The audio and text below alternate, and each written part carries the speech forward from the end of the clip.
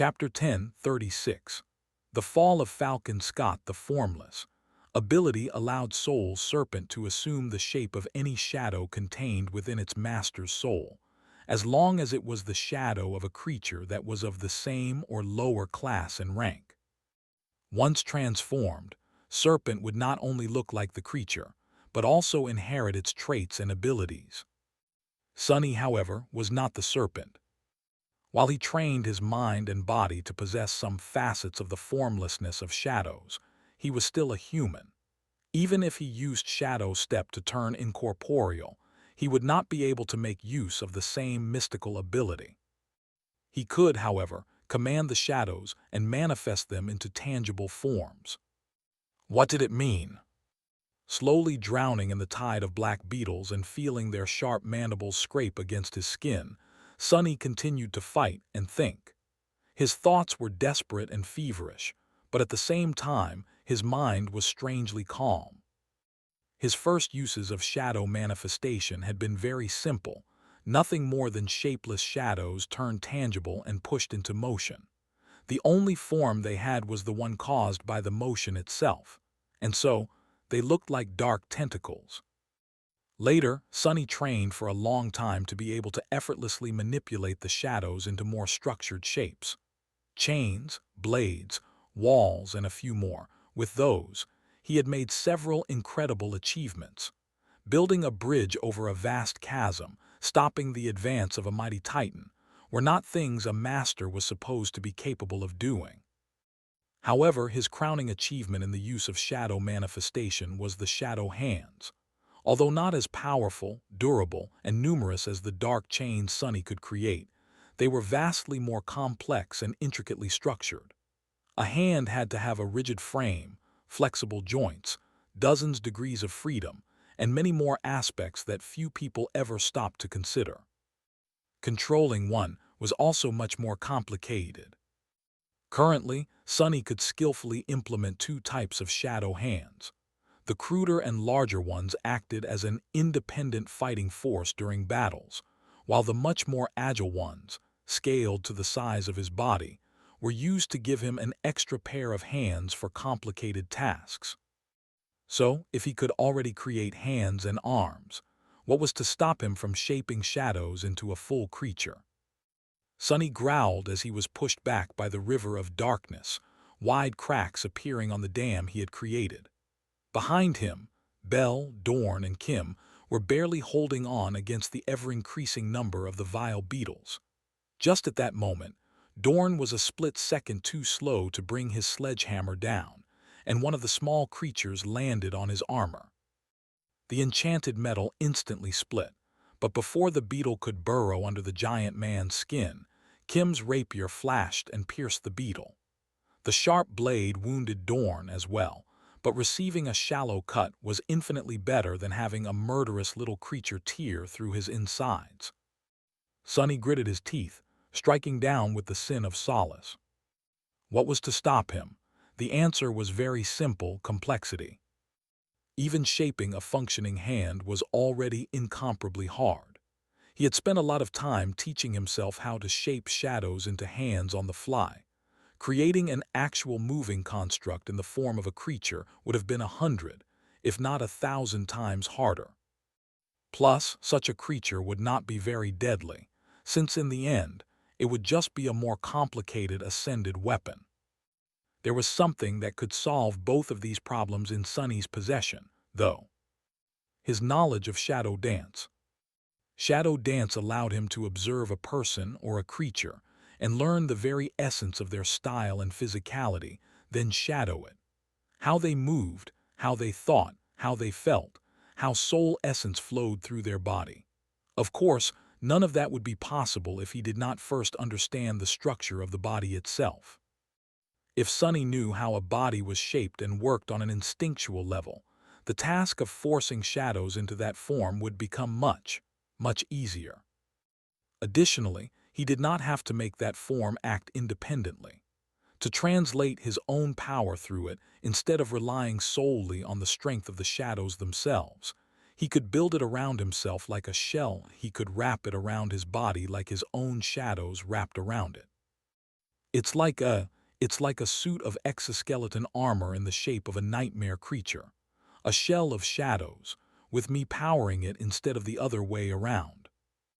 If he succeeded, he would be able to assume the shape of a nightmare creature, just like Soul Serpent could.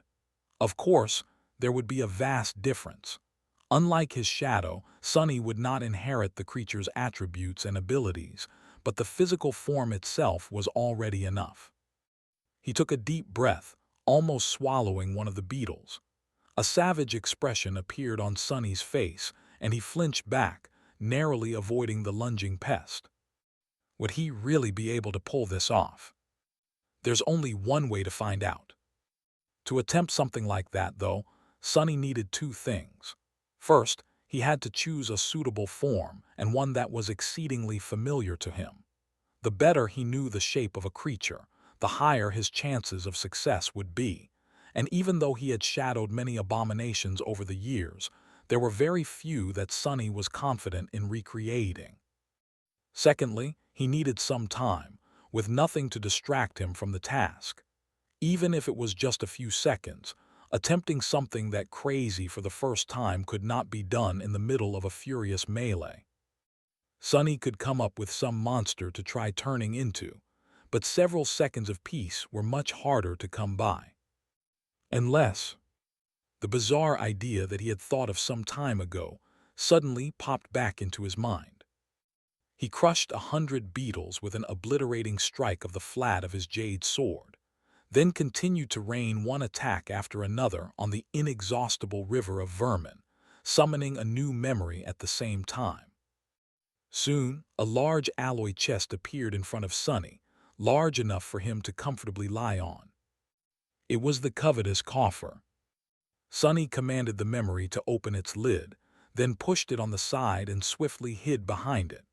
He also called back the deepest and most ancient shadows unleashed from the shadow lantern, hopping to shape them into a monstrous form.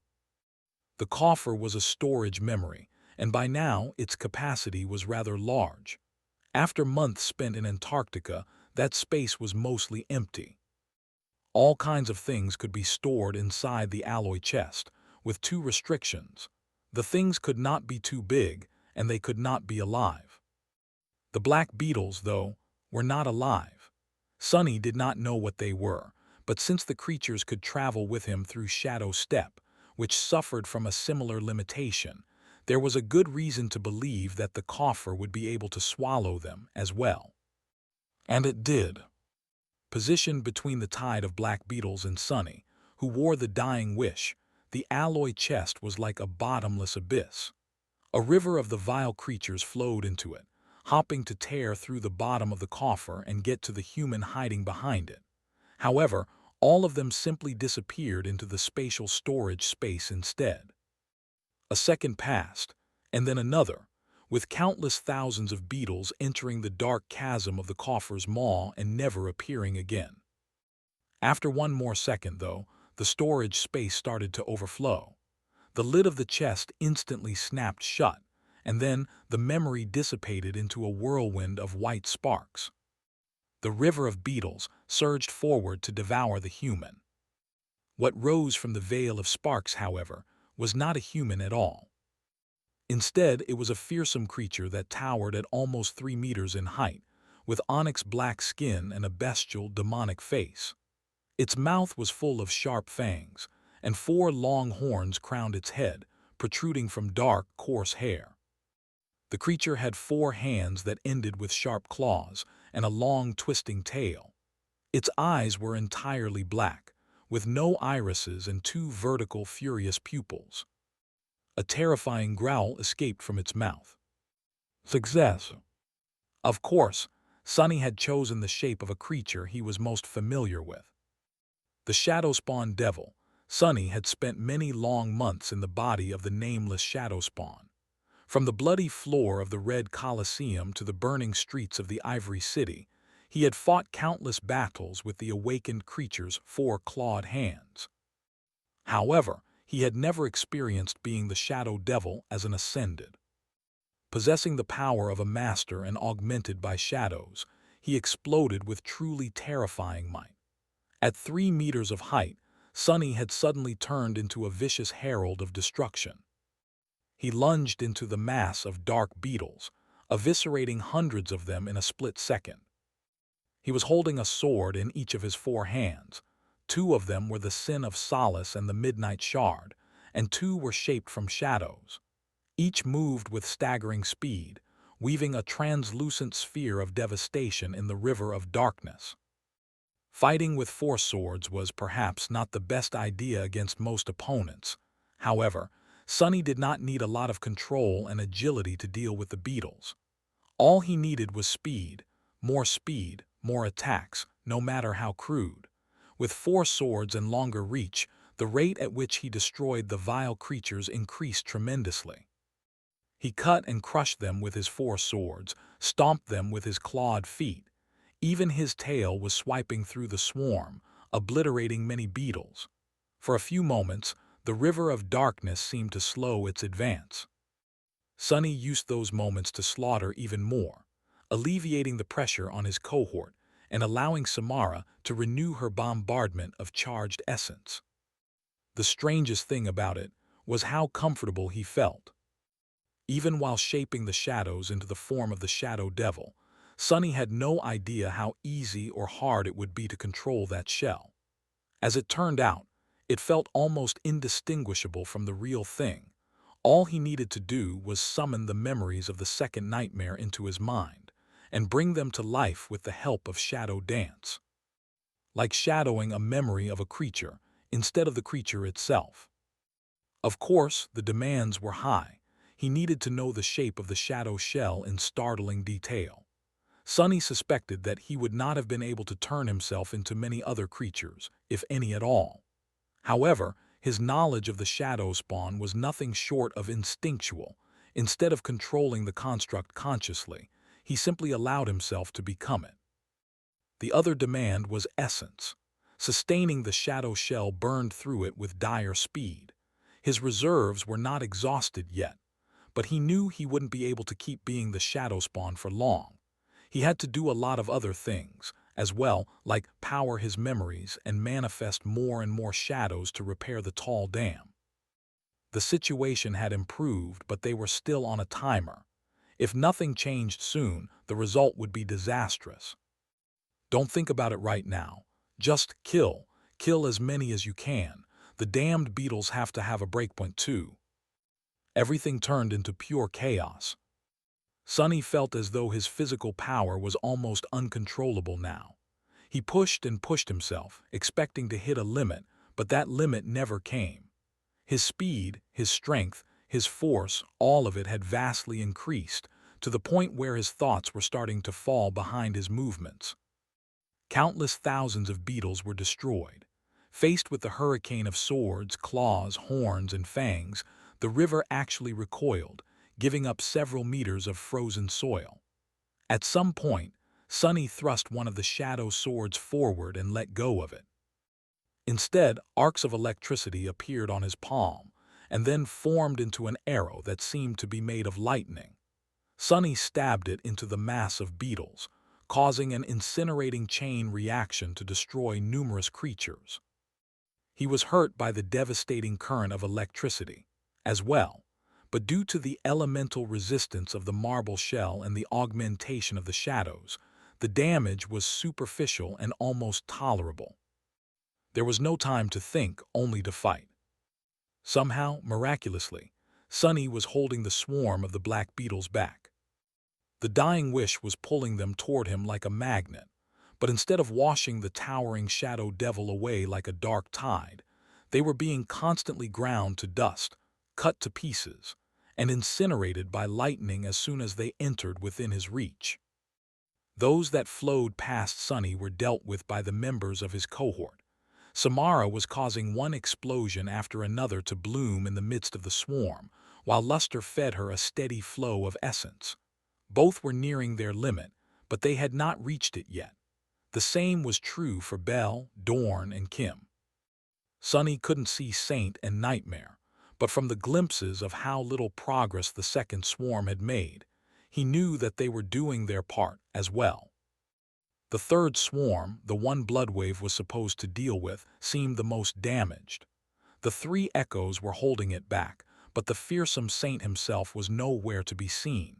He was probably hidden somewhere within the river of darkness, fighting furiously. Since the echoes had not dissipated, he had to be alive at least. The only ones Sunny knew nothing about were Soul Reaper and her cohort, since they were too far away. Still, he believed that Master Jet would not go down easily. Keep fighting, keep fighting. Sunny could feel his shadow shell slowly coming undone. After long minutes of rampaging within the dark river of vermin, it had sustained a lot of damage. He tried to repair the wound delivered to the towering shadow devil by summoning and manifesting more shadows, but many beetles were already crawling within. Their mandibles scraped against the silk of the graceless dusk or his skin from time to time, fruitlessly for now. His every muscle was burning from strain, and his mind was becoming clouded from fatigue. It took a lot to keep the shadow shell intact and moving. He had to let the dam crumble a couple of minutes ago already, because the pressure of it all was just too demanding. Nevertheless, Sunny kept fighting. In fact, the more tired and fatigued he became, the fiercer his rampage grew, and the louder the sin of Solace laughed, whispering ugly truths into his ears. You'll never make it, give up, leave your soldiers to die and save yourself, come on. It's so easy, just turn into a shadow and slip away. No one will know, no one will tell, everyone will just die. How irritating. Sunny tossed the strike of thunder into the surging mass of beetles once again, enduring the piercing pain of being electrocuted by its lightning, and felt one of his two shadow hands crumble down. Ah, not good. He prepared to summon a new shadow to reshape it, but then something changed. A strange ripple went through the river of darkness, and it suddenly lost cohesion. The purposeful tide of black beetles grew discordant and shapeless, many of them simply growing still. Some continued to throw themselves at Sunny, while others scurried away. Nestled within the battered shadow shell, he blinked. What just happened? Tired, so tired.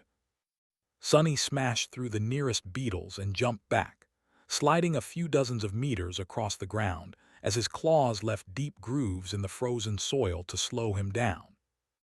In front of him, the river of darkness was falling apart. The dark beetles, who had been acting like a single organism before, were now aimless and sluggish. Some grew lethargic or started burrowing into the ground, while others were wandering away. A few hundred were still pursuing him. With a thought, Sunny deactivated the dying wish and watched the small creatures dash away in fear. The swarm ceased its purposeful advance and instead flowed outward, losing the shape of a giant tentacle of darkness. It was as though a tank of water had been broken, water spilling to the sides. Utterly, chillingly exhausted, Sunny panted heavily inside the shadow shell. There were several beetles still crawling within it, stubbornly trying to bite through his skin. However, even their vicious bites had grown less determined. The breaking point, did they reach it? His tired mind wanted nothing more than to release the manifested shadows and let the shadow devil form crumble into nothingness, but he forced himself to remain vigilant. Looking left and right, Sunny saw that the two neighboring swarms were in a similar condition. This was good news, but also bad now that the heart of darkness was acting directionless. Its deterrence seemed to have lost most of its power. The horde of nightmare creatures, which had been scared away by the dark beetles, was already starting to tentatively move closer to the group of humans. Crap! Sunny closed his eyes for a moment, then turned around and took a few steps toward the members of his cohort, who were similarly spent and battered. His soldiers, however, recoiled away from him. He looked down in confusion for a moment. Oh! With that, Sunny finally let the shadows comprising the shadow spawn return to their natural form and flow back into the intricately engraved lantern hanging on the black silken cord tied around his waist. The towering four-armed devil suddenly crumbled into a cloud of darkness, and a pale young man in a beautiful black tunic stepped out of it with a stagger. Arg! Sonny fell to his knees, then raised his fist and angrily struck the ground several times, crushing the scurrying beetles. "See, Captain, is that why you?" He glanced at Kim, who was staring at him with wide eyes. "Of course it's me, who else would it be?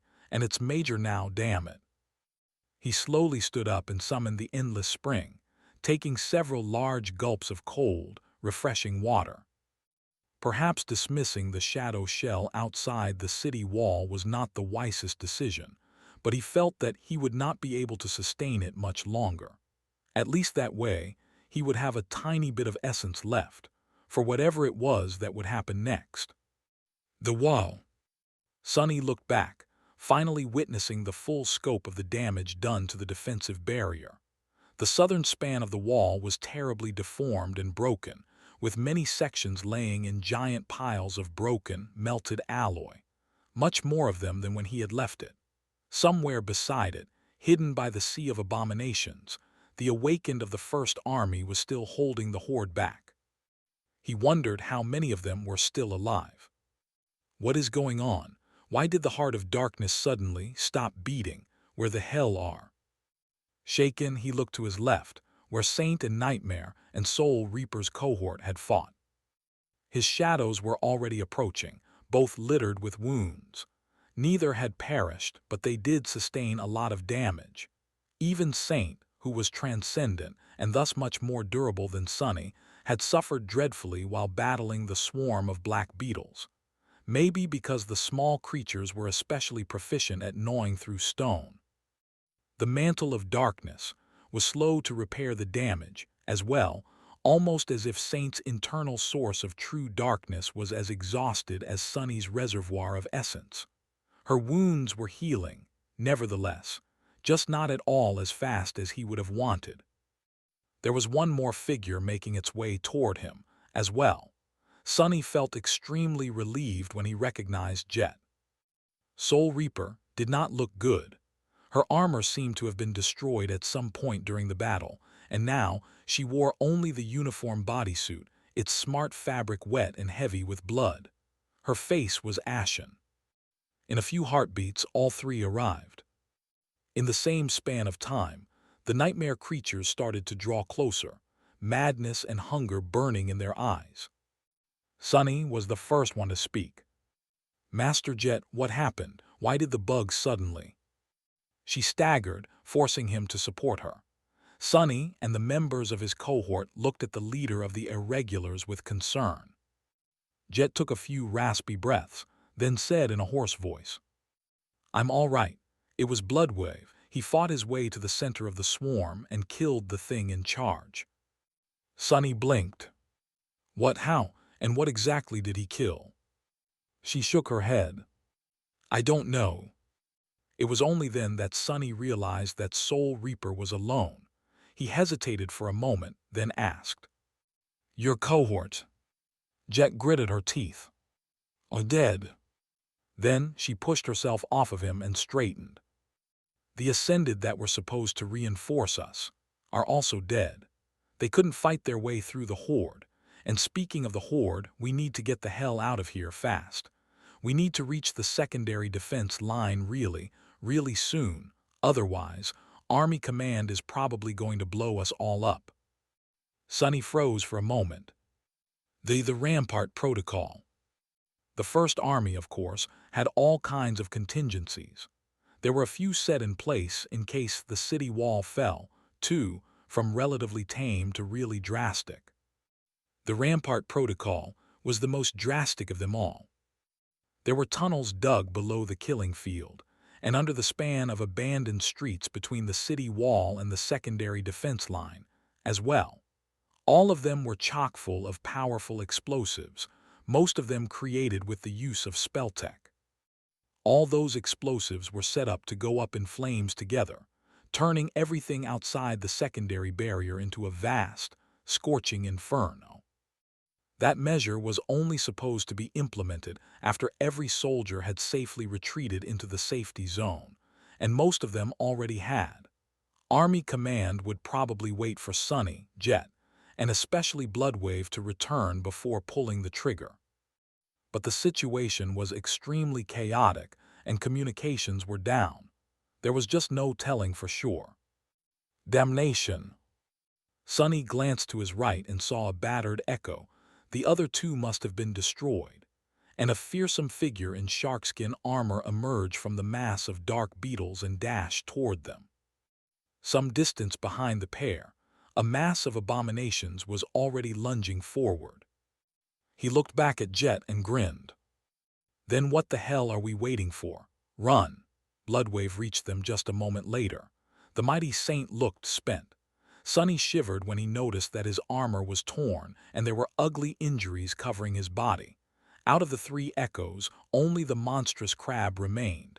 The other two had either been destroyed or dismissed to save them from perishing. Even the transcendent Echo is gone, gods. What could have destroyed one of those and severely injured a saint? The heart of darkness, just what kind of creature was it? He felt a bit of dread and a bit of curiosity. However, now was not the time to ask questions. Their small party had to hurry and fight their way back through the boundless horde of nightmare creatures. 5 awakened, 2 masters, 1 saint, as well as 2 powerful shadows and an Echo. They were an exceedingly formidable group. Granted, all of them were wounded, tired, and low on essence. Still, cutting through the horde while keeping everyone alive would not pose a problem. In theory. Bloodwave studied the rest for a moment, then sent his Echo forward and growled, his voice husky, low, and domineering. Move! Saint spared the mighty saint an indifferent glance, then mounted Nightmare and sent the dark destrier into a gallop, the spearhead of the cruel sight igniting with the incandescent white glow in her hand, a shield made of pure darkness weighing on the other.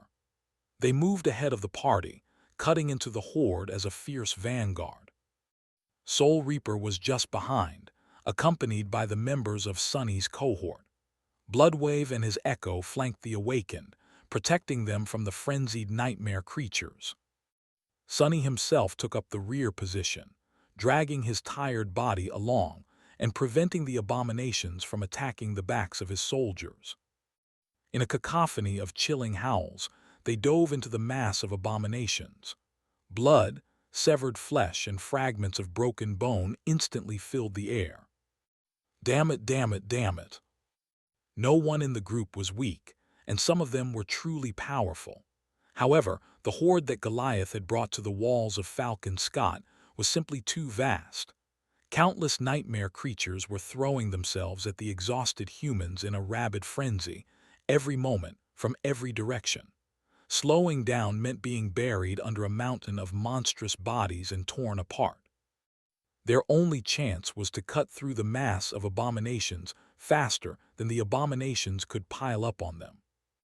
Sonny continued to fight with his teeth gritted. The rearguard position was the most awkward, because he had to move backwards at considerable speed while slaughtering the mass of nightmare creatures pursuing the party. By now, they were deep inside the horde, and the abominations were surrounding them on all sides. With how sharp and swift the sin of Solace was, no creature could resist its blade. Sonny was managing somehow for now, but his battered body was hurting all over. Even though the marble shell had yet to succumb to an attack, the few blows he failed to dodge or deflect still delivered some damage. It was only his skin that was as hard as stone after all, not his entire body. A sufficiently powerful strike would send a concussive shock through his insides, potentially causing internal organs to rupture. That hadn't happened yet, but being hit still hurt. What the hell, it just never ends, does it? Today, he had killed a titan and faced a creature that might have been even more wicked. Despite it all, the hard part was not over. The fact that everything around him could blow at any moment, plunging the whole place into an inferno of immolating flame, both mundane and magical, did not make Sonny feel any better either. Slowly, the ruined walls of the siege capital drew closer. Bloodwave's Echo was almost destroyed, causing the saint to dismiss it, Master Jet took its place with a resigned expression, her wound starting to bleed again. The somber glaive was nowhere to be seen, but a slender naginata appeared in Soul Reaper's hands instead. Using it, she cleared the right flank of the formation with several vicious strikes. The pressure on Sunny was also increasing, by now. He was forced to support himself with shadow manifestation from time to time. His already pitiful reserve of essence was diminishing even further with each use. And yet they continued to cut through the horde unimpeded, the ground slick with blood under their feet. After what felt like 1,000 years of slaughter, the party finally reached the melted ruin of the city wall. In front of it, the awakened force in charge of the southern section was holding back the ocean of nightmare creatures, what was left of it, at least. A grim expression settled on Sunny's face when he realized that of the initial 700, perhaps only 200 remained. Reuniting with the line of awakened soldiers gave them a moment of respite and gave the desperate soldiers a much-needed morale boost. Soul Reaper, Mongrel, and Devil, all three were famous champions of the First Army, and although few soldiers knew what Saint Bloodwave looked like, the Transcendent of the House of Night had a presence that made it impossible to mistake him for an ordinary person. Seeing them return alive from the sortie, the awakened regained some of their spirit. No one was out of the woods yet, though. There was a large distance separating the wall from the secondary defense perimeter that had been established deep within the city. That whole abandoned area was set up to go up in flames, as well. Sunny looked through one of the numerous breaches in the deformed wall, noticing that the staging area on the other side of it had already been evacuated. The mundane soldiers had retreated, taking the logistics personnel, medical officers, technicians, engineers, and all other non-combatants with them. The vast resources stored inside the staging area were all left behind. Tall crates of MWP munitions, carcasses of slain nightmare creatures, loader robots, and so on, a wealth of supplies, much of it highly flammable or outright explosive, was going to be blown up once the Rampart Protocol was initiated too. Usually, Sunny would have been pained to see all these riches go to waste, but right now, he did not care. All he cared about was not being near when they did. Right now, we just have to get to the secondary defense line. Once we're within the city instead of on a plain, evading the abominations should be much easier, so the last stretch of the way won't be as hard. Sunny glanced at his companions, evaluating their state.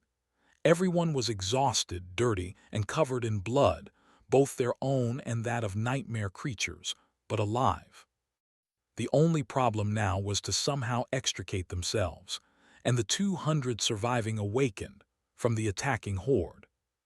At that moment, as if to answer his thoughts, Bloodwave turned to look at the mass of abominations. Then, the enigmatic saint glanced at Master Jet. "Take your soldiers and go, Soul Reaper. I will hold the beasts back for a bit. Tell your commanders to activate the explosives as soon as you're past the defense line." Sunny stared at him in shock, feeling that these words sounded a bit like a farewell. You. Bloodwave gave him a strange look. I think you might have misunderstood, Sunless. I'm not trying to sacrifice myself.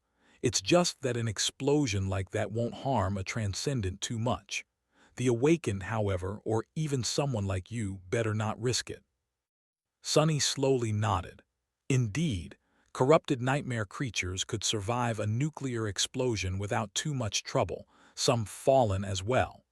Rampart Protocol was not going to kill a Transcendent like Bloodwave, or even seriously inconvenience him.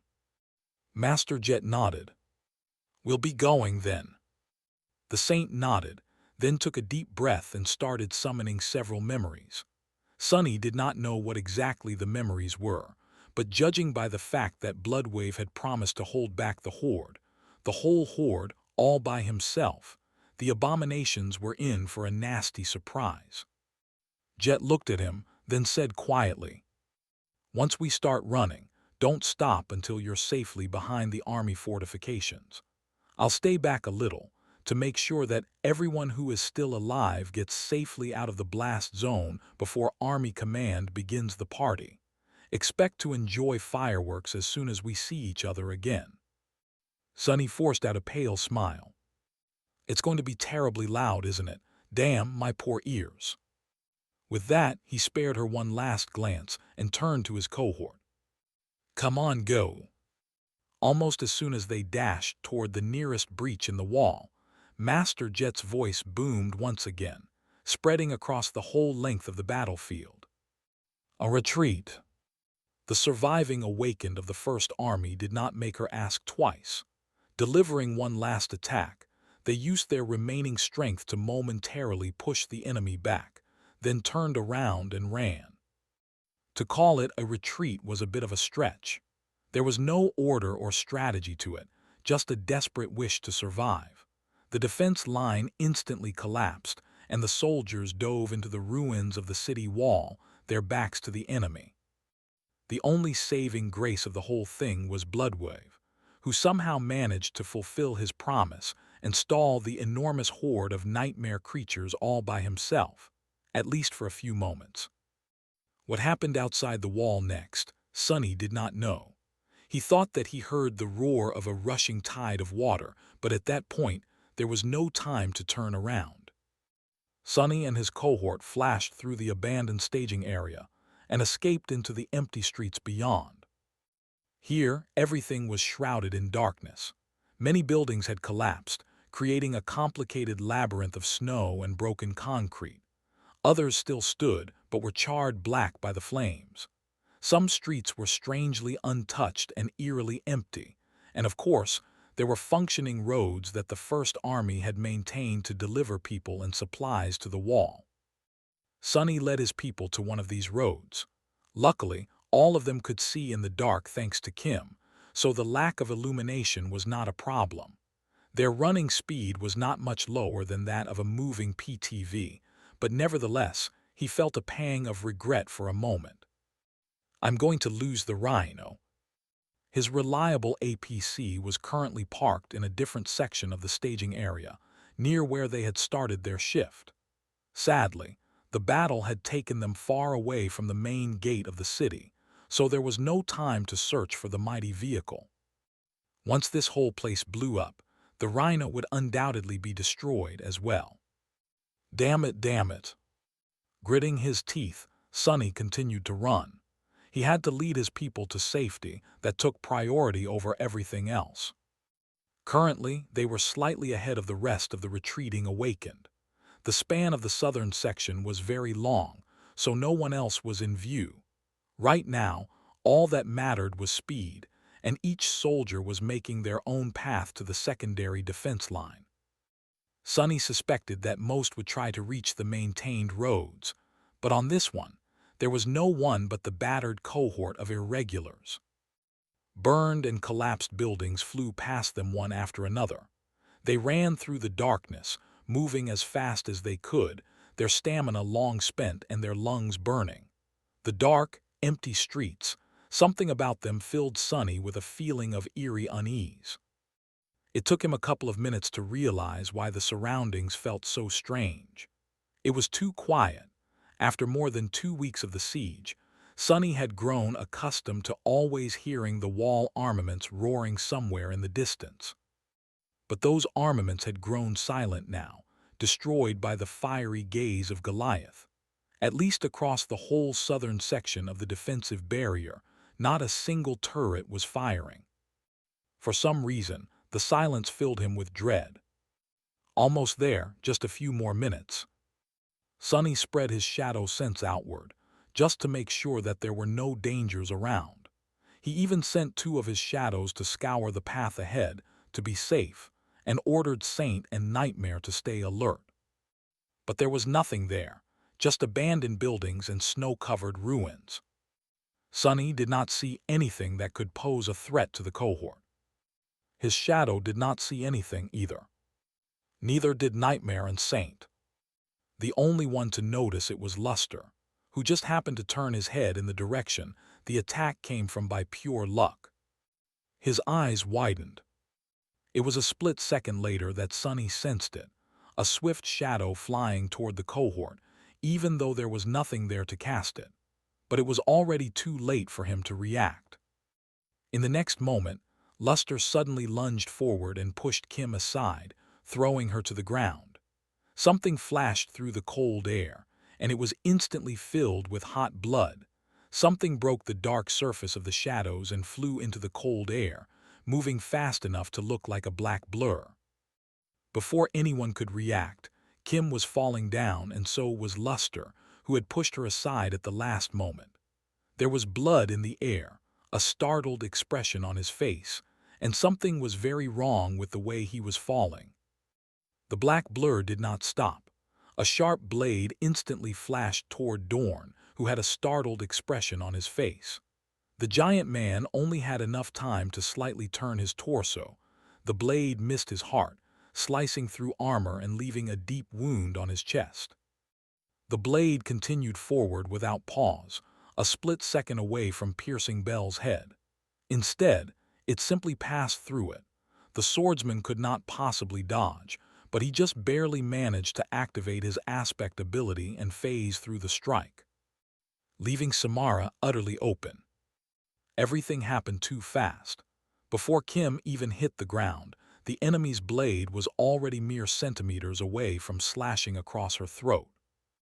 However, a jade sword suddenly appeared in its way, blocking the lightning-fast attack. What the? Sonny, who had thrown himself in the path of the enemy, was tossed back by the ferocious force of the impact. The attacker, whoever it was so strong that his hands grew slightly numb. He collapsed on the scorched road and rolled, instantly jumping back to his feet. Kim landed on the ground. Luster did, too. Both of his legs were cleanly severed at the knee, and blood was pouring out of terrible wounds. Sonny's eyes widened. But he had no time to think about it. The members of the cohort were too slow to defend themselves, and the ambush was not yet over. The creature, a dark silhouette moving with dire speed, had been thrown back as well. Sonny only had enough time to notice a humanoid shape clad in black armor and instantly lunged forward. He had regained his balance a split second faster than the attacker, so the bastard had no way to avoid being pierced by the sin of solace. And yet, that was exactly what happened. Before the jade sword could strike the creature down, it simply dissipated into the shadows. What? Sonny was stupefied for a short moment. It's its shadow step. Which meant. He spun but was a moment too late. The creature was already behind him, the black blade falling from above. Sonny gritted his teeth, then blocked the strike with his forearm. The marble shell turned as hard as stone and split open, broken by the vicious strength of the blow. The blade only managed to deliver a relatively minor wound, though most of its power spent to shatter the shell. Before Sonny could counterattack, the enemy had blinked out of existence once again. Not good. The creature appeared some distance away, aiming to finish off Kim. At that point, however, Saint was already there. The taciturn knight had leapt from Nightmare's back and flashed across the road, deflecting the black blade with her shield. Inconceivably, the onyx shield actually cracked, and the shadow staggered back. The creature did not waste any time and lunged toward Kim, but then a black chain suddenly wrapped around its throat. A dozen meters away, Sonny grasped the shadow chain and jerked it back with all his strength. The enemy was thrown back, flying through the air and crashing on the road a few meters behind him. The creature slid back, then stopped, kneeling in the middle of the road. It remained motionless for a moment, and then slowly stood up, glancing at Sonny with cold, killing intent. Subjected to the hate-filled gaze, Sonny turned grim. The creature was about 2 meters tall, with plates of jet-black bone covering its body like a full suit of armor. Even its face was hidden behind black bone, which formed a menacing closed helmet. Two inhuman dark eyes burned with resentment and hatred through the cracks. The lower part of the helmet was split by a jagged line, and when it parted, a maw full of sharp fangs was revealed, opened in a mocking grin. Sonny, who was standing between the cohort and the abomination, grimaced and lowered his gaze a little. In one of its hands, the creature was holding a curved sword that seemed to have been crudely carved from a long black tusk, its edge terribly sharp and harder than steel. Just as he had thought, the abomination was missing two fingers on the other. Sonny sighed, lingered for a moment, and then said tiredly, "I had a feeling that you would show up." The scary stories about a murderous shadow that people in Falcon Scott had been telling each other turned out to be more than just stories, in the end. It seemed that the little scavenger had grown once again. Curse it! Of course, the wretched goblin would choose this exact moment to attack, or why wouldn't he? Sonny was tired, beaten, and very low on essence. The First Army was in full retreat, and none of his allies could intervene on his behalf. If Sonny was planning an ambush, that would have been exactly how he'd do it. Well, not quite. He would not have failed to kill most of his marks during the first assault. Not letting the scavenger out of his sight, Sonny briefly glanced at his soldiers. Luster seemed to be in shock, weakly trying to sit up. Kim was by his side, hastily applying a tourniquet. Belle, Samara, and Dorn were shielding them with their bodies, their faces grim and tense. The latter was bleeding from a deep wound on his chest. Saint and Nightmare were waiting for his command, ready to attack. Bad, this is very bad. Sonny had already taken a glance at the scavenger's soul, finding out that the damned waif had somehow managed to become a corrupted devil. The goblin, well, the bastard was more of an ogre now, must have devoured a lot of nightmare creatures to become that strong. He must have devoured a lot of people, as well, considering how disturbingly human-like the scavenger now looked. There must have been a lot of bodies left in the ruins of Erebus Field, and more victims still here in Falcon Scott. Much worse, it seemed that swallowing a piece of Sonny's flesh allowed the creature to inherit some of his powers. Powers related to shadows. Dealing with an enemy like that would have been hard even if the cohort was in peak shape, but now it was going to be a problem. Not a big problem, of course. However, one thing made the situation truly dire. The whole section of the city around them, the road, the buildings, the ruins, was about to be destroyed by a titanic explosion. For a few moments, no one moved. Sonny was considering how to deal with the scavenger, while the scavenger was probably considering how to deal with Sonny, now that the ambush had partially failed. Or maybe the damn thing was simply enjoying seeing him squirm. Who could tell what was happening in that abominable head? 100 thoughts flew through Sonny's mind. No matter how he looked at it, the situation did not look good. He had no doubt that he and his two shadows were more than enough to kill the scavenger. After all, plenty of corrupted abominations had fallen by his hand. But would they be able to kill him fast enough? The wretched creature was strong and extremely slippery. Fighting someone who could teleport all over the place was a real nightmare. Belatedly, Sonny felt pity for all the poor bastards whom he had killed in the past. They must have all died full of frustration. Serves them right. Once Army Command set off the explosives below the city, Saint would probably be able to survive the conflagration, just like Bloodwave had said he would. Nightmare and Sonny had a chance to escape unscathed, too, if they managed to find a shadow deep enough to protect them. His soldiers, however, would not. They were not saints or even ascended. Neither did they possess aspects capable of saving them from the destruction. Not to mention that Luster was gravely injured and losing a lot of blood.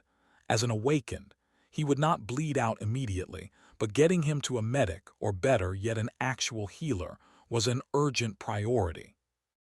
The problem was that Sonny was not confident in his ability to protect the cohort if they chose to retreat. Once again, An enemy who could step through shadows was simply too mobile and unpredictable. Guarding a bunch of vulnerable targets from a corrupted devil who could appear at any moment from any side was a tall task. Damn it, damn it. Not only did the bastard get a chunk of my flesh, he even became an utter menace because of it. They could not remain and fight, and they could not retreat. Did the bastard actually know that everything around them was about to blow up? Or had he just been lucky to catch Sonny at the worst possible moment? If he had, that was some luck. The scavenger tilted his head a little, as though challenging Sonny to come and get him. The tip of his curved saber lowered slightly, ready to lash out. Sonny glared at him for a moment, then cursed silently and threw an order over his shoulder. His tone calm and steady. "Kim, take Luster, climb onto my horse and get the hell out of here. Get him help. The rest, retreat on foot. Saint will protect you." Luster, who had been staring at his missing legs with a confused expression, looked up at the sound of his voice and asked shakily, "Why, what about you, Captain?" Sonny grinned. "I'll keep our friend here company. Don't worry, I did not survive Goliath and the heart of darkness to die to this little wretch today. Go." Kim was already dragging the young man toward Nightmare, her face pale and full of desperate determination. The scavenger spared them a glance, then stared back at Sonny. His mouth opened, and a hoarse, grating voice suddenly came out of it.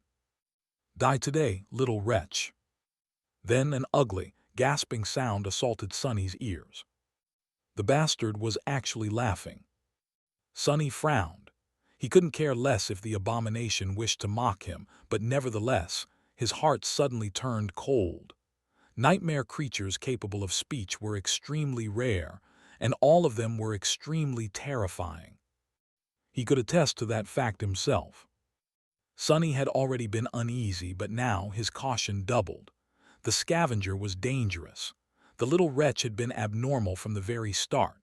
He was gaining power too fast, growing too explosively. Of course, Antarctica was a perfect place for a creature like that to gorge on the corpses of powerful monsters, but still. Sonny's intuition was telling him that fighting the abomination alone would be a dire, dreadful mistake. But he had no better choice. He sighed with resignation. "I guess my luck is just complete, utter crap today." Goliath, the heart of darkness, fighting his way back through the boundless nightmare creatures, and now this. Sonny was hurt, tired, and miserable.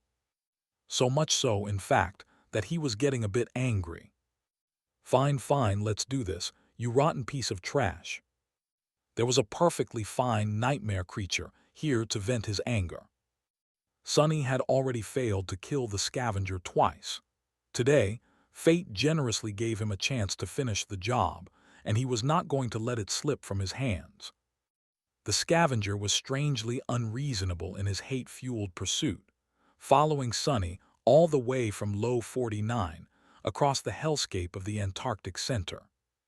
Well, Sonny could be an unreasonable person himself. In fact, he was very tired of being reasonable all the time. Enough is enough. A dark, slightly mad light ignited in his eyes. Behind him, Kim pushed Luster onto Nightmare's back, then jumped up herself. The black steed instantly shot forward, moving across the empty road with incredible speed. Belle, Dorn, and Samara followed, protected by Saint.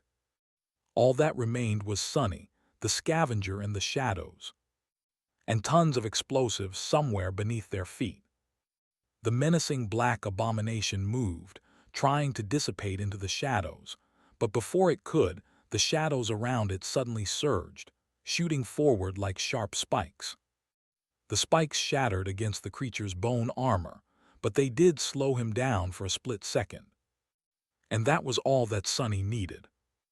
Emerging from the darkness in front of the scavenger, he kicked him in the chest. With a deafening boom, the creature was sent flying back, but managed to land on his feet. The black tusk whistled, tearing through the air, and collided against the white jade of the Sin of Solace. Sonny felt his hand tremble from the force of the blow, and smiled. "Good, good, don't you die too easily next." On the doomed streets of a snow-covered city, surrounded by ruins of collapsed buildings and remnants of devastating battles, a young man with alabaster skin and onyx hair was fighting a wraith made of darkness and hatred. One wore a simple tunic of beautiful black silk, the other was clad in menacing black armor.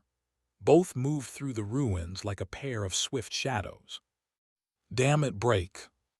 Sonny shuddered as he deflected a vicious strike of the mysterious black tusk, felt the impact send a painful jolt through his entire body, and guided the enemy's blade to the side.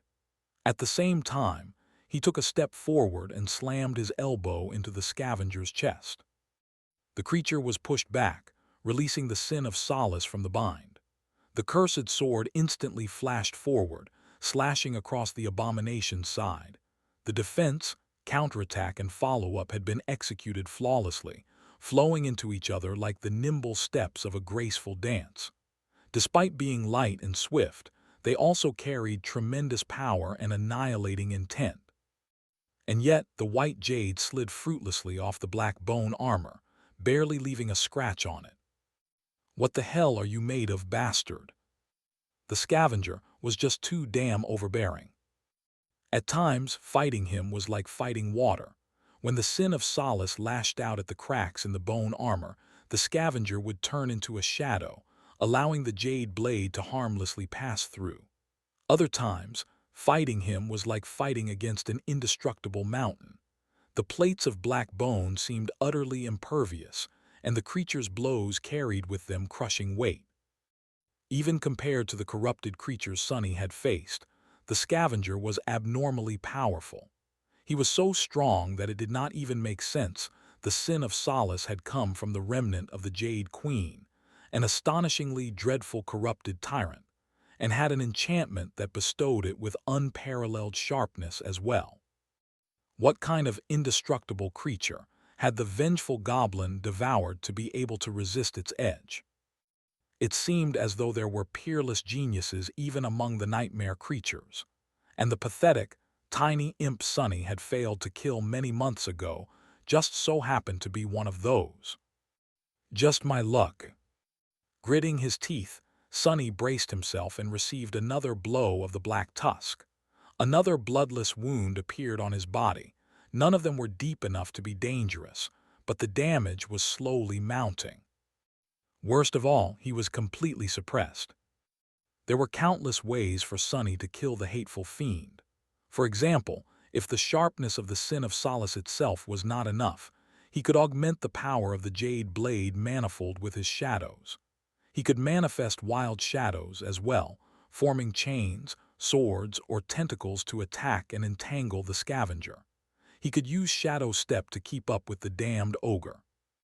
But he was prevented from doing any of these things. Sonny could not afford to augment his sword, because he needed the shadows to match the corrupted devil's speed and strength, and even then, the scavenger was faster and stronger. He could not wantonly use shadow manifestation, because his reserves of essence were nearly empty. The same went for Shadow Step, or any other trick he could come up with on the spot. The bastard had known just when to attack. He had only shown himself when Sonny was at his weakest, and now, Sonny was forced to defend himself against a nightmare creature of a superior rank while being robbed of most of his powers. Even those that remained were countered, because the scavenger possessed the same ones. Sonny could not really blame the abomination for setting such a wicked trap, though, because it had been precisely how he himself had slayed many powerful adversaries. "Doesn't matter, I'll still kill you. You're going to die no matter what." Sonny's eye burned with cold fury as he released the hilt of the sin of solace, switching to a one-hand grip. The great giant was the same length as a longsword would have been, but incredibly light and swift. Although it could not hack and slash with the same ferocious power as the scavenger's black blade, it was far more nimble and versatile. Sonny seamlessly switched to a more agile and reserved battle style, summoning the cruel sight into his free hand in the form of a short sword. The silver sword's ghost blade, Enchantment allowed it to strike down incorporeal targets, and so the scavenger was in for an unpleasant surprise the next time he chose to turn into a shadow. If there was one advantage Sonny had, it was his skill and experience. The scavenger was tremendously powerful, cunning, and possessed a truly vicious, murderous will. He had devoured a great number of mighty creatures and grown with explosive speed. The bastard was supremely devious and surprisingly intelligent, enough to survive and even thrive in the hellish meat grinder of the chain of nightmares. But he was still an abomination, and a young one at that. His attacks were smart and powerful, but also clumsy and crude, just like the makeshift saber he was using, which had obviously been fashioned from some dreadful monstrosity's tusk. For now, the scavenger was able to suppress Sonny simply because of his timing and vastly superior physical might. But he was not nearly as experienced of a killer. As for spite and viciousness, both had them in spades. Die. As soon as the cruel sight manifested itself, Sonny blocked the black tusk with the jade sword and then struck with the silver one, aiming at the elbow of the abomination's right arm. No matter how tough an armor was, it had to be weaker at the joints to allow for enough flexibility. And indeed, there was a gap between two bone plates there. In truth, Sonny was not sure if the cruel sight could cut even the weaker parts of the scavenger. However, the creature did not know that. Just as expected, the vicious fiend chose not to risk it. The shadow powers he possessed were, strangely, both superior and inferior to Sonny's. As of yet, the abomination had only shown the ability to use a form of shadow step. That ability, however, was more insidious than the original, allowing the creature to not only teleport and turn incorporeal, but even selectively turn only parts of himself into shadow.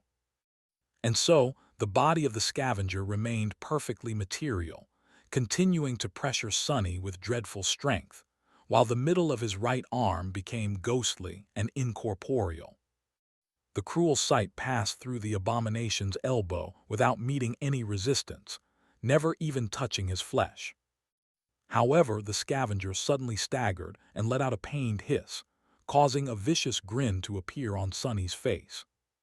The silver blade might not have cut the creature's flesh, but it did cut his shadow, which was the same as cutting someone's soul.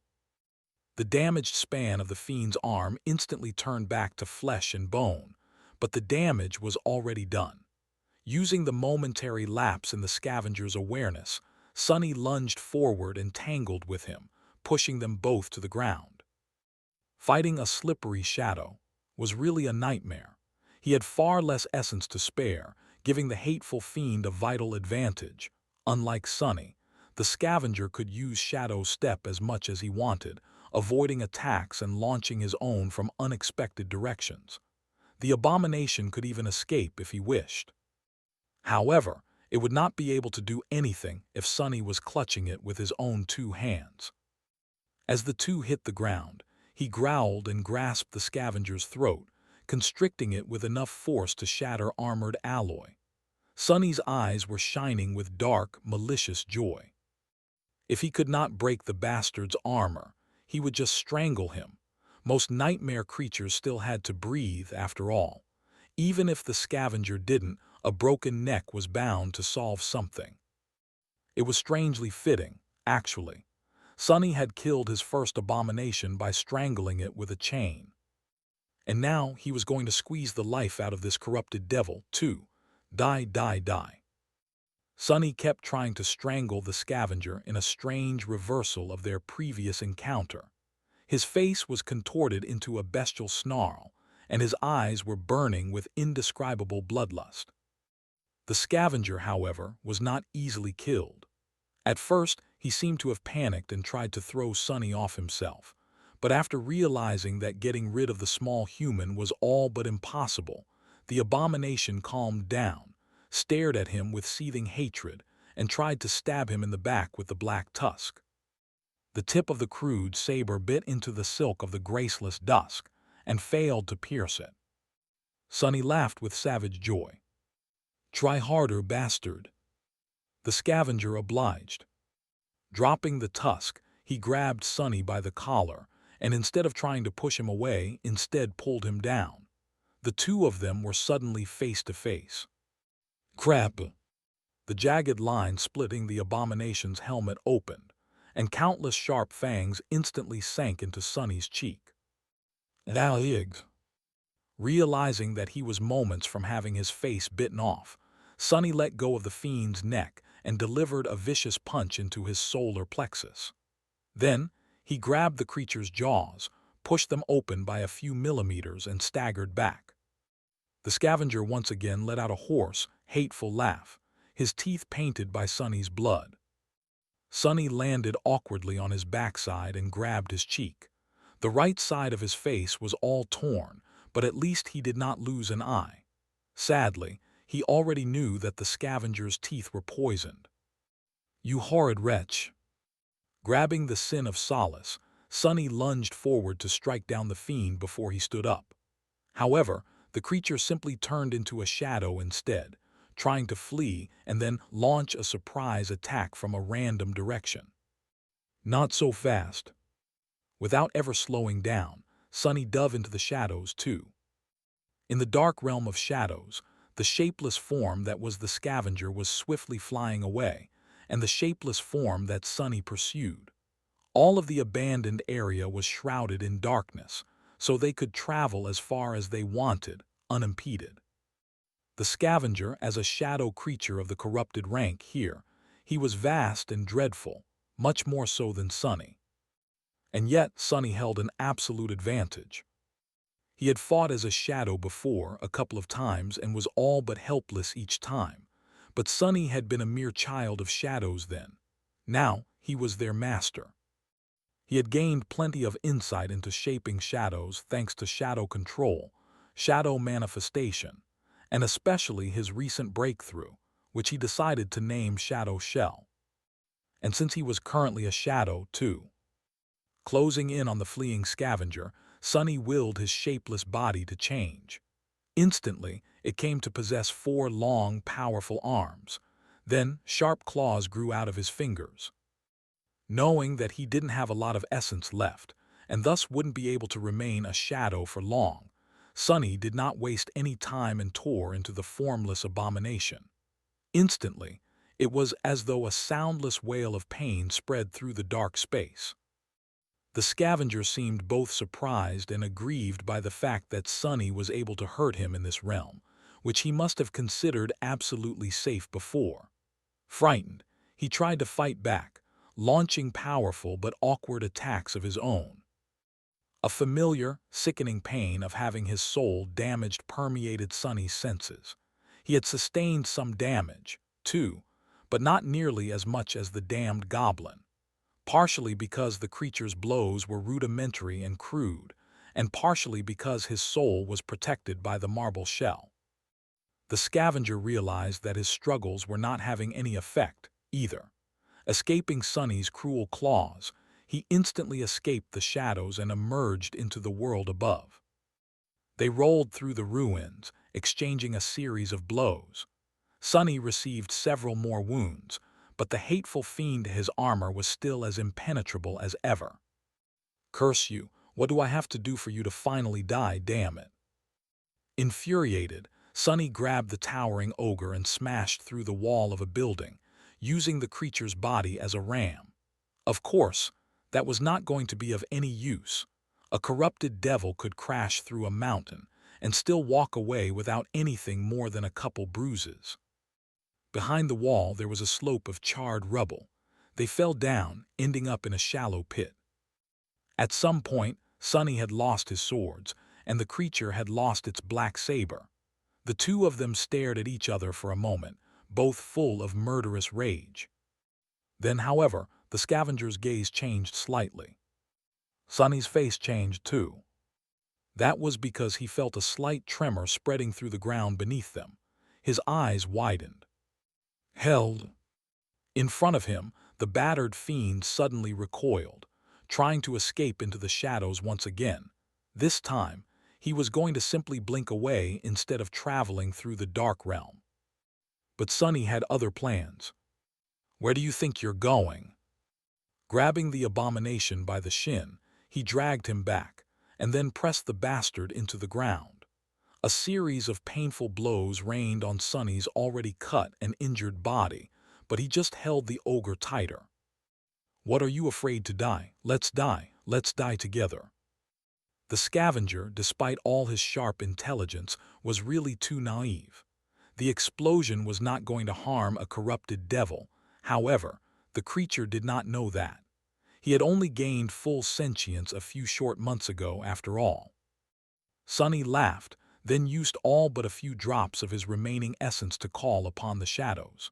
They surged forth, encasing the two of them in a sphere. Then more shadows rose, creating a second layer around the black egg, and then the third. Sunny could have tried to escape the blast by turning incorporeal. However, there had to be a shadow for him to remain in that state. Once this whole area blew to smithereens, everything would be flooded with light. The shadows would be banished, and he would be thrown back into the material world. So he created this egg, trapping the two of them inside. Maybe it was even sturdy enough to resist. "Wretch, one way or the other, you're going to die today." He continued to hold the scavenger and pummel him with his free hand, feeling the skin on his knuckles splitting despite being reinforced by the marble shell. The bone armor of the abomination, nevertheless, refused to crack. The scavenger fought back desperately, too. They were surrounded by darkness, the world outside hidden by the walls of the black sphere. That was why Sunny did not see the Rampart Protocol coming into effect to obliterate a vast swath of the city, the remains of the wall, and the killing field beyond. However, he did feel it, in the tunnels under the abandoned section of the city and the vast killing field beyond the devastated wall. Countless explosives simultaneously received a signal to detonate. To prevent the interference of the nearby gates from influencing the execution of the Scorched Earth Protocol, all of them were connected into a labyrinthine network by simple but reliable wires.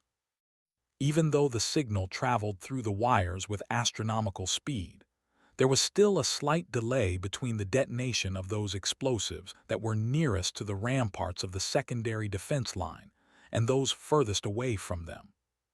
At first, from afar, it looked as though a ripple had spread through the ground, moving outward. It rolled through the ruined streets of the city, with countless fountains of dust shooting up between the rubble. Some of the buildings that had withstood the furious fighting started to collapse. Some seemed to have burst apart. The vanguard of the horde of nightmare creatures had already entered the city, racing through these streets. They met the ripple first and were thrown to the ground. Then the ripple reached the towering wall, destroying even more of its sections. The massive alloy was only starting to fall, surrounded by the deafening groan of tearing metal, by the time the ripple moved past the mountainous corpse of the slain titan in the field beyond and exhausted itself. Now, the whole horde had been encompassed by the destruction zone. All of it took no more than a couple of seconds. For a moment, everything was still. And then the ground started to fall. A vast swath of earth many kilometers across slowly started to cave in, as if forming a giant crater. Now that it was completely untethered, none of the buildings survived. All of them toppled and fell apart, devoured by the gargantuan landslide. The remains of the city wall were utterly destroyed, too. However, the true devastation was yet to come.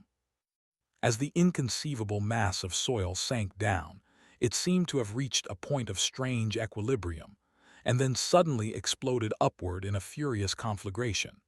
It was as though a giant bubble swelled from under it, and then burst open, unleashing a titanic pillar of flame into the cold winter sky. For a moment, the night turned as bright as day. Then, the roaring thunder of the explosion washed over the world, making the skies themselves shake. A billowing cloud of dust and debris rose high into the air, obscuring the ocean of flames bursting from under the ground.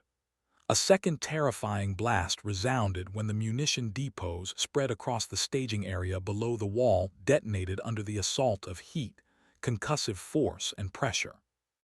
The horde of nightmare creatures was consumed by the obliterating havoc. The weakest of them were instantly killed, while the stronger ones were severely wounded and burned. Only the strongest ones managed to survive the initial conflagration unscathed. In less than a minute, a gigantic area was utterly devastated, turning into an incandescent pit of fire, molten rock, and liquefied metal. The furious sight of it all, up until the world had become obscured by dust, was both awe-inspiring and horrifying. The soldiers standing on the ramparts had long fallen down and covered their ears, but even then, they could feel the terrible destruction through the violent tremors of the earth. Sonny, however, had first-row seats to the cataclysmic detonation. After all, he was stuck in the middle of it. Die, die, die, bastard. Trapped inside the sphere of shadows, he held the scavenger down while pummeling him with his fist. Each of his blows would have been powerful enough to utterly wreck an armored APC like the Rhino, but the black bone armor of the Shadow Fiend simply refused to break. The longer it endured, the more furious he became. Just die, damn it. The sphere of darkness around them suddenly shuddered, briefly rising, then plummeting down. A violent tremor ran through its walls, and up suddenly became down. It seemed that the shadow egg was rolling and being thrown around. Sonny, who had been on top of the fiercely resisting scavenger, found himself falling for a brief second. He hit the roof of the sphere, and a moment later, the hateful ogre came crashing down as well, landing on him. A massive fist connected with the side of Sonny's head, making him see stars. Cursing it. However, the abomination could not press his advantage, because the shadow egg was flipped upside down once again a split second later, and then again, and then again, and then again. The two of them were being tossed inside the sphere, ricocheting off its walls like rubber balls. Sonny almost instantly gave up on trying to comprehend where the up and down were, and simply concentrated on holding onto the scavenger. As soon as he let go, the creature would be able to slip away through Shadow Step. But as long as he did not let go, he could continue to try and kill the wretch. Die! Just as he was going to deliver another punch, a sharp pain pierced his shoulder. The dazed scavenger had finally given up on trying to free himself from the mad human, and also on trying to meet him blow for blow. Instead, he instinctively retreated to what he knew best, tearing things apart with his teeth.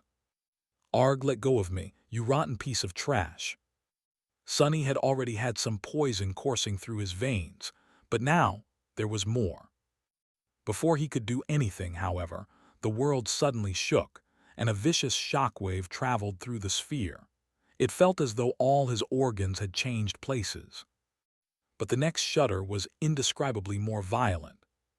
Sonny thought that he had blacked out for a moment, but maybe he didn't. He growled and used both of his hands to grab the scavenger, afraid to lose the grip. With no free hand to continue hitting the creature, he then proceeded to headbutt the bastard with all his strength. Finally, Sonny felt something crack under his assault. However, it might have been his own nose. It was hard to tell. The world was shaking, burning, and consisted of pain. Having gone completely berserk, Sonny paid it no attention and continued to use everything at his disposal to break the damned scavenger, while the scavenger continued to bite and rip his flesh apart with sharp fangs. The creature's armor would not break, but neither would the human's body. In fact, his skin was harder than the hide of most abominations the fiend had devoured in the past, while his bones were 10 times tougher than that. What kind of ridiculous human was that? The air inside the sphere was permeated by unbearable heat, and it seemed as though its walls were starting to glow a dull red. Then, a crack appeared on the black surface. Consumed by boundless bloodlust, the two continued to fight. At some point, Sonny had to admit that he was not going to break the scavenger's armor, but he still continued to deliver a barrage of vicious blows to the hateful creature. He refused to believe that the fiend was as tough on the inside.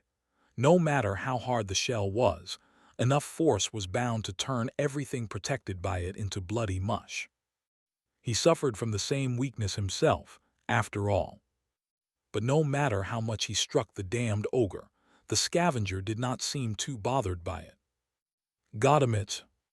Desperate and enraged, Sonny grabbed the creature's jaw with one hand and used the other to constrict the abomination's arm. Then he opened his mouth and bit into the scavenger's flesh himself. Maybe Sonny was lucky, or maybe the bone armor in that spot had actually been weakened by his previous strikes. Regardless, he finally felt something give, and then tasted a despicably foul taste on his tongue. It was the scavenger's blood. Sonny had never tasted anything sweeter in his entire life. Feeling the creature shudder and frantically try to push him away, he pressed his teeth deeper with wicked glee, and then tore a chunk of flesh away. Sonny spat it out and grinned, then instantly regretted it when a massive fist flashed forward and hit him in the face with horrid strength. Ah! Sonny was thrown back, and at the same time, the black sphere finally broke. All 3 layers of protective shadows had been thoroughly damaged and now reached their limit. A net of cracks spread through the egg, and then it collapsed into numerous shards, exposing both Sonny and the scavenger to terrible heat and blinding light. Crap! The world shuddered one last time. The world was hot, but at least it finally stopped spinning. Sonny found himself staring into a glowing orange fog. The fog was pretty and smelled of fire. I think I'm on fire. He raised his head and noticed flames licking his legs. Luckily, his elemental resistance was high enough to resist them. The graceless dusk, too, was not affected by them at all. The black silk was pleasantly cool. Right. The orange fog was just dust illuminated by a sea of flames. Sonny was laying on the ground, surrounded by rubble and debris. Some of it was incandescent, and there were puddles of melted metal here and there. It looked like a scene from a fiery hell. He was hurting all over and breathing was strangely hard, but he was alive. With a groan, Sonny slowly sat up and then stood up with a stagger. He did not feel well. He was dreadfully exhausted, heavily wounded, and poisoned on top of that. As for the scavenger, Sonny looked around and gritted his teeth.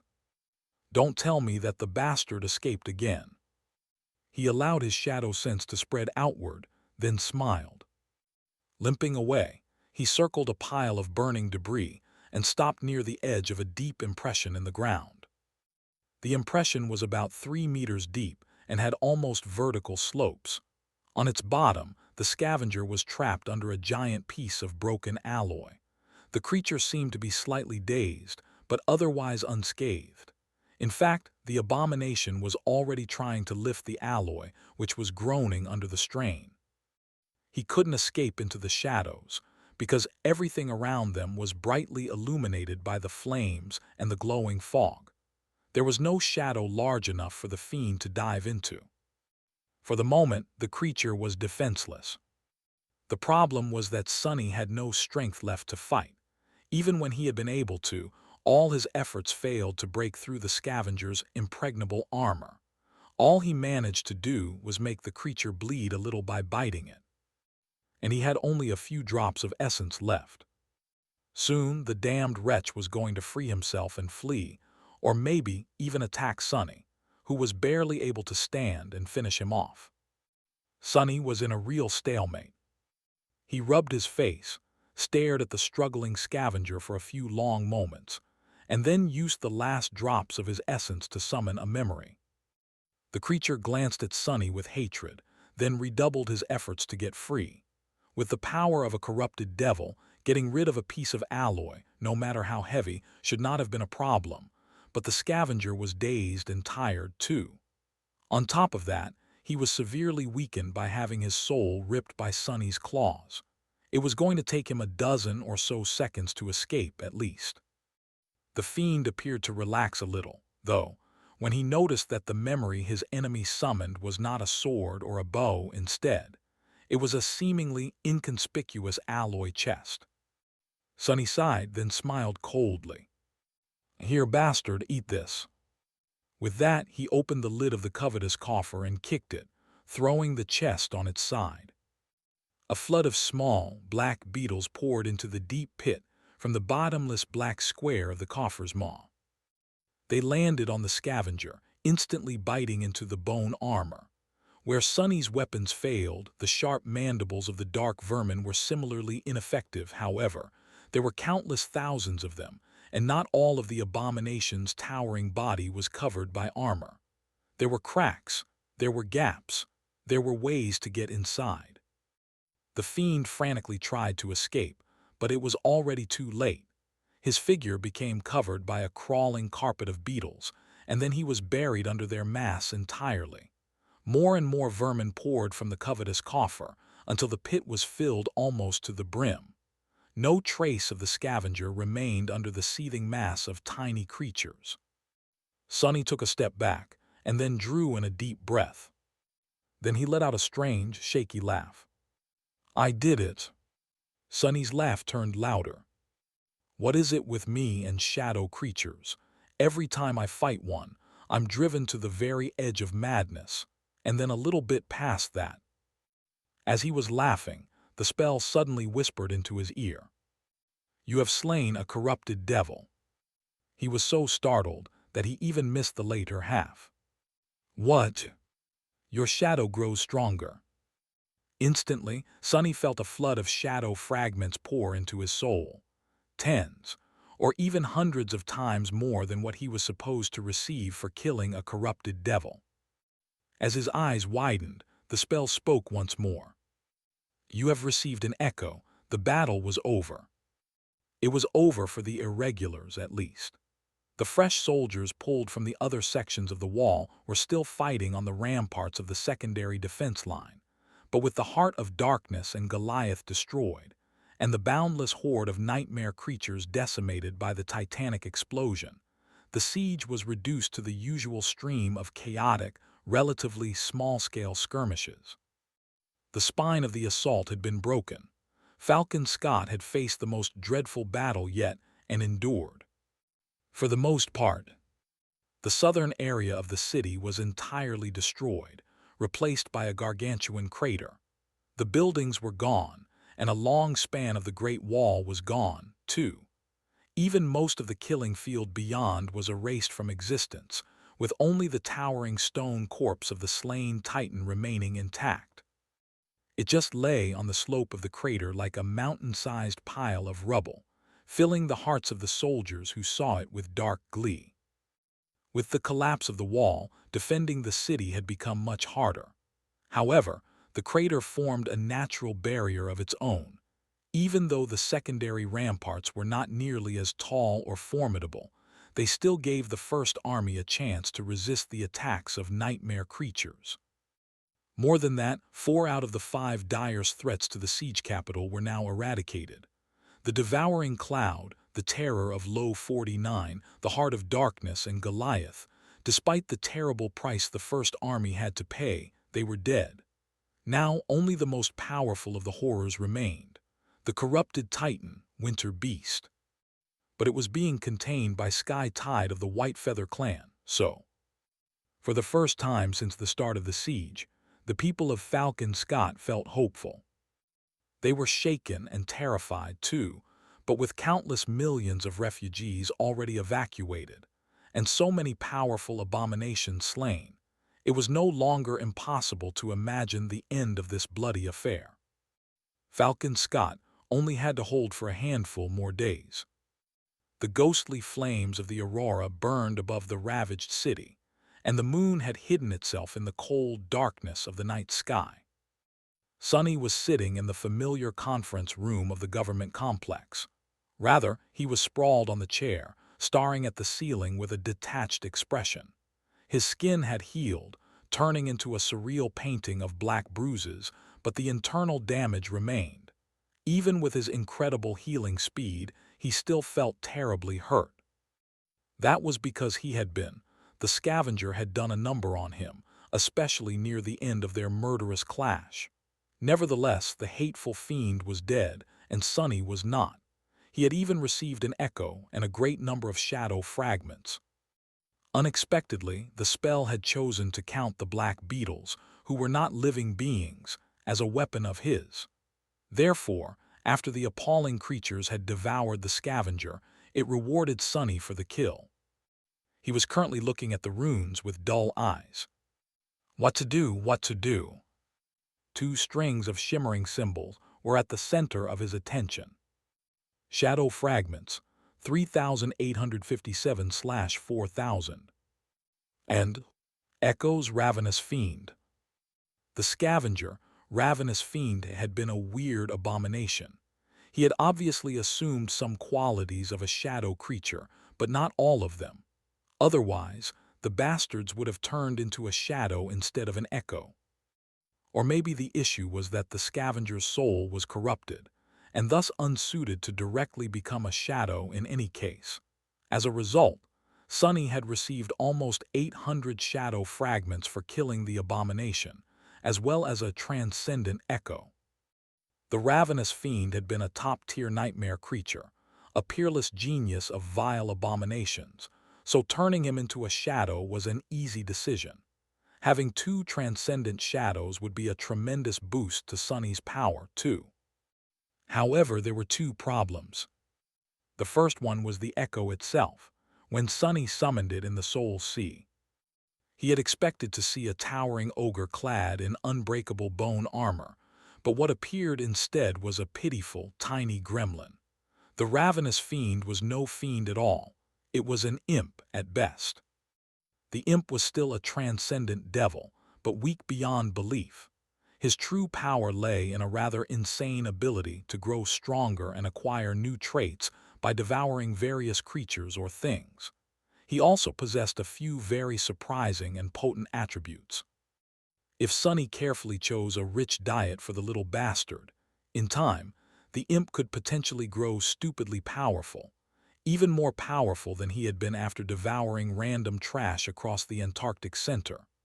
But that would only be in the future, and right now, transforming the echo into a shadow would cost him no less than 300 shadow fragments.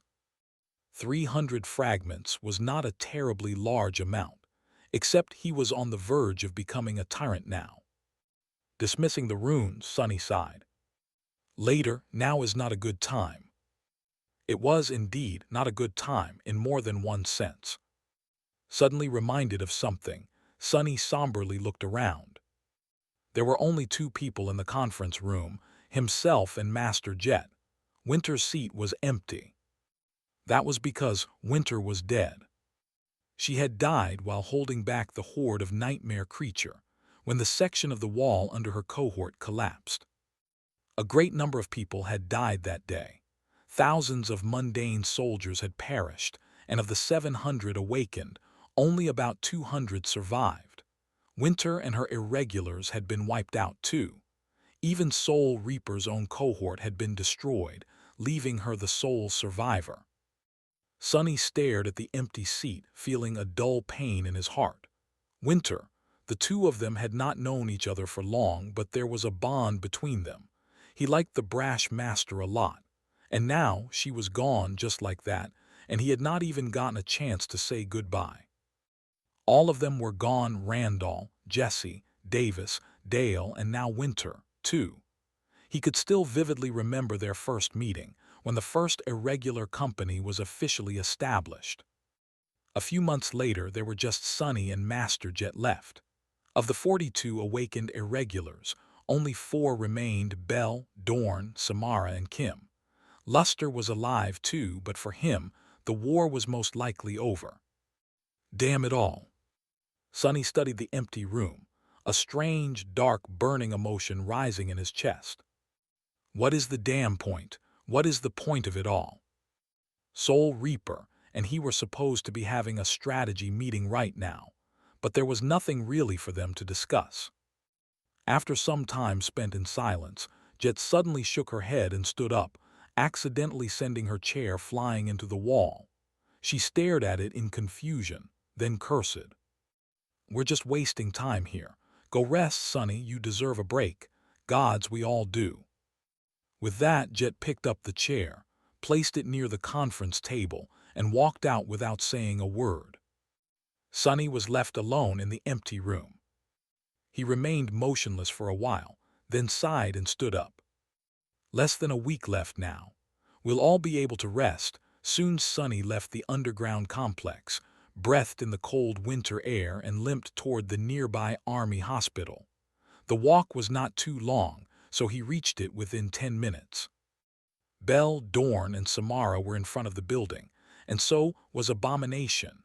The Echo was laying on the ground, shielding them from the wind with its massive body.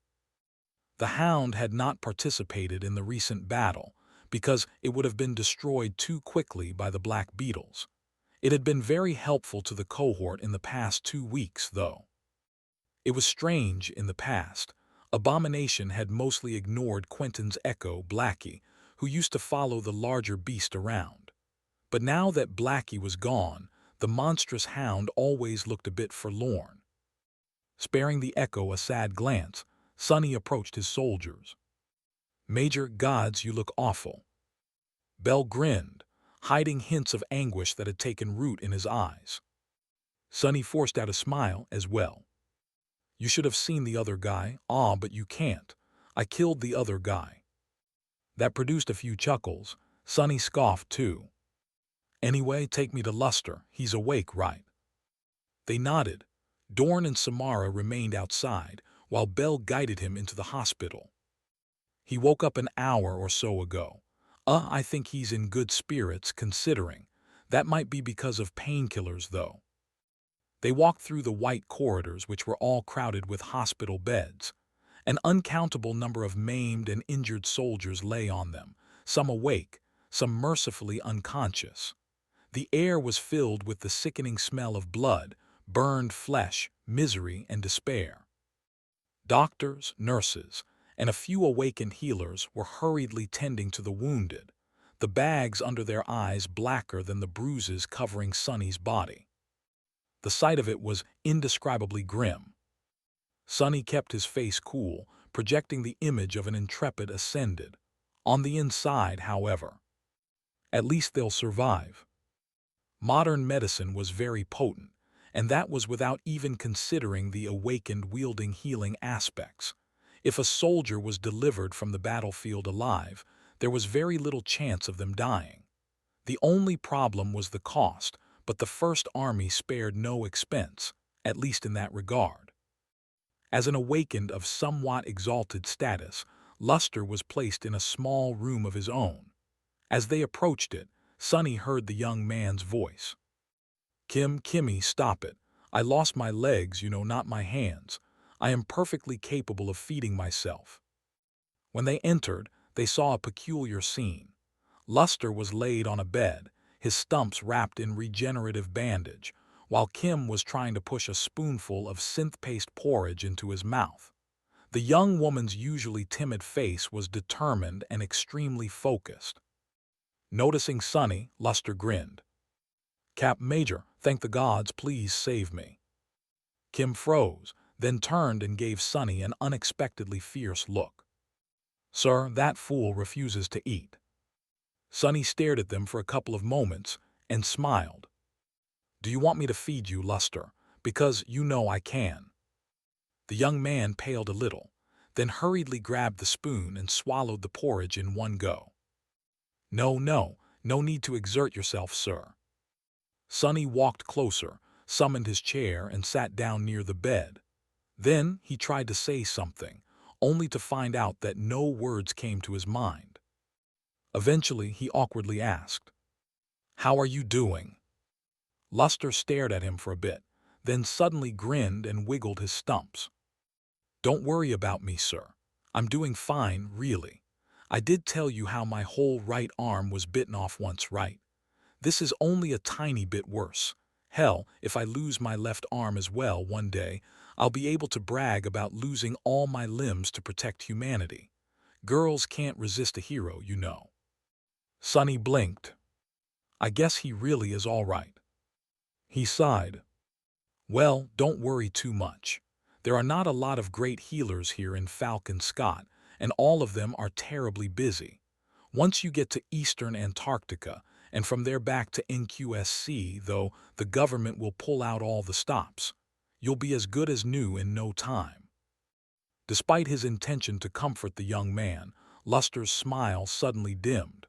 Looking away, he remained silent for a few seconds, then said quietly, "Ah, yes, certainly, sir, once I'm back in NQSC." Sonny frowned a little. Throw these stupid thoughts out of your head. You did more than enough. Very few people deserve to go home more than you, so enjoy the cruise and then make sure to get better and relax during an extended vacation. That's an order. He paused, then added seriously. Plus, the rhino blew up. What the hell do I need you for now? Keeping you would probably just be a waste of perfectly fine provisions. Hearing that, Luster laughed. Ah, I see, when you put it that way. He sighed. It's not that I think that I don't deserve an early dispensation, sir. It's just that. The young man briefly glanced at Kim, then grew silent. He did not want to leave his comrades behind. Sonny could understand that, but there was no other way.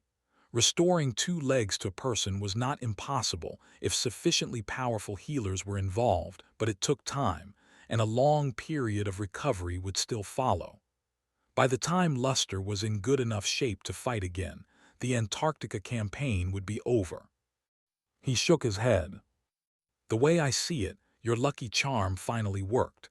If it wasn't for you, Kim would be dead, Dorn too, probably, and maybe even Bell and Samara. You did well, Luster. You served through the hardest part of the whole campaign. Things will calm down after the Second Army arrives. So cheer up. Luster looked at him, then slowly nodded. That thing, you killed it right, sir. What rank and class it was? Sonny shrugged. Yes, I killed it all right. It was a corrupted devil, and a very scary one at that. The young man leaned tiredly on the backrest of the hospital bed and smiled. A corrupted devil, good, that's good. There's no shame then, I survived an attack of a corrupted devil. Wow, I'm pretty awesome, don't you think, Kim? She scooped another spoonful of porridge, brought it to his mouth and sighed. Yeah, you are pretty awesome. Now eat the damn sludge before I get angry. Sonny watched them silently for a couple more minutes, then found an excuse and left. He found Bell a few rooms over, where dozens of sleeping pods were installed in a large hall. The swordsman was standing near a particular one, staring somberly at its closed lid. Inside, Quentin's body slept peacefully, not quite dead, but also not quite alive. The healer had neither died nor turned hollow yet. Considering the circumstances, that probably meant that he had fought his way to a seed and entered a nightmare. Conquering a second nightmare alone, his chances were exceedingly low, but not entirely non-existent. Sonny stopped near Bell and looked at the sleeping pod, too. After a while, the swordsman suddenly said, his voice uncharacteristically sober. Major, do you remember how I joked that Luster would be the first one to die? Sonny spared him a surprised glance. Sure I do. Bell remained silent for a long time, then awkwardly scratched the back of his head. I was thinking, technically, I can still win that bet, right? With that, the swordsman glanced at him and grinned. Sonny scowled. I guess, but who allowed you guys to bet without my permission? Unacceptable. I want in on the bet. After leaving the hospital and sending his soldiers to the barracks, Sonny remained on the street, watching the snow dance in the stark beams of electric light. He had to rest, too. After a while, Sonny sighed awkwardly. Right, I'm homeless now. He had been staying in the Rhino, but now the APC was gone. That fact actually made Sonny feel very sad. The trusty vehicle had accompanied the irregulars to the edge of the Antarctic center and back, surviving countless battles. He had grown attached to it, so losing the vehicle was a bit of a blow. It felt like the end of something. Shaking his head, Sonny started walking. He could get himself a room in the barracks, of course. The First Army had suffered severe losses, so there was plenty of space. But it was exactly for that reason that he didn't want to. Being surrounded by bereaved soldiers would do his already foul mood no good. I can't stand the thought of having them look at me right now. Respect, admiration, hope. That was what he saw in the eyes of the soldiers when they looked at him. They all had an expectation of him, and carrying those expectations was tiresome. To hell with it. Sonny simply wandered aimlessly for a while, trying not to think about anything in particular. In the end, he found himself standing in front of a familiar dormitory tower. He hesitated for a bit, then entered and descended to one of the underground levels. The dormitory seemed much emptier than before. There had been 3 families living in the same apartment as Professor Obel and Bate, but now he could only sense 2 shadows inside. Sonny stared at the flimsy door for a few moments, then knocked on it. A few seconds later it opened, revealing Professor Obel. The old man looked like he always did, having not changed even a little. Why would he? The previous day was a dreadfully eventful one for Sonny, but for the professor, it was just like all the others. The old man looked at him with concern. Major Sunless, oh my, what happened? Even though most of Sonny's body was hidden by the black silk of the graceless dusk, he still looked rather rough. There were ugly bruises covering his usually pristine skin, and his eyes were tired and dim. He forced out a smile. Oh, don't worry, I'm fine. It was just a very tough battle. Everyone in Falcon Scott knew that the previous assault was a terrible one. After all, a large part of the defensive wall, as well as a vast stretch of the city itself, were now replaced by a giant crater. Even people hidden underground felt the titanic explosion. There were rumors, too. Army Command itself publicized the death of Goliath, hoping to improve morale among the refugees. Professor Obel nodded. Yes, we heard all about it. Thank the gods you survived. Sonny lingered for a moment, then said, you mentioned setting aside some food for me the last time we met. To tell you the truth, I am kind of starving. The old man laughed. Sure, come in, Bate, Major Sunless is here. The young woman emerged from one of the rooms and looked at him with a hint of relief. She froze for a moment, then turned away and cleared her throat. Oh, it's you. Good. I'll go heat up the leftovers. They settled in the kitchen, and soon, Sonny was presented with several plates of simple but delicious food. Professor Obel had not been joking when he said that he would cook up a feast. The ingredients Bate had procured were indeed rare for the besieged city, and made for a splendid dish. It was definitely better than what would have been available to Sonny in the barracks. Sonny ate and chatted idly with the 2 of them. As he did, some of the tension pressing down on his heart strangely dissipated, but most of it still remained. At some point, Professor Obel suddenly smiled. It totally slipped my mind. We were placed in the queue, finally. Both Bate and I will be leaving the day after tomorrow. We've already received the tickets. I imagine you will follow soon, too, Major. Sonny smiled as well. Finally, some good news. He nodded and took a sip of fragrant tea. I imagine we will be the last ones to ship out, a couple of days after you. 3 weeks are coming to an end, after all. Even though there were some delays, the Army mostly managed to stick to the schedule. Somehow. So the next time we see each other will probably be in East Antarctica, unless they send you to the northern quadrant right away. He glanced at Bate, hesitated for a moment, then said awkwardly, Oh, by the way, my APC blew up, so I kind of have nowhere to stay. Is it all right if I crash here today? Professor Obel chuckled. Of course. Most of the people in the dormitory have already been evacuated. There are 3 empty bedrooms in our apartment alone. You can take anyone you want. Bate hid a smile and nodded. Sure, you can stay if you want. Sonny smiled back and took another sip of tea. After that, he remained silent for a while, distracted. Noticing his strange mood, the old man asked, Is something weighing on your mind, young man? Sonny flinched a little, then shrugged. No, nothing in particular, just the usual stuff. I just feel listless, I guess. He lingered for a few moments, then suddenly asked, Have I ever told you why I came to Antarctica, Professor? The old man and Bate glanced at each other, then shook their heads. A wistful expression appeared on Sonny's face. It's stupid, really.